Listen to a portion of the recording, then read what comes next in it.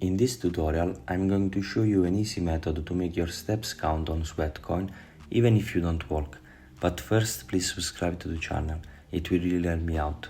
So the procedure is really easy. First of all, open your Sweatcoin app and you will see that you have a steps balance. In my case, it's on 116 steps. What you have to do is just to move your smartphone from left to the right, or from right to the left in a fast way and waiting for your steps count increasing.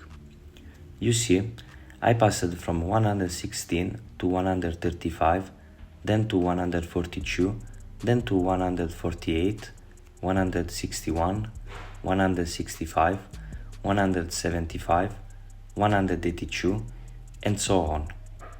So this is the method.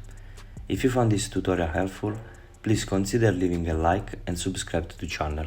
Thank you.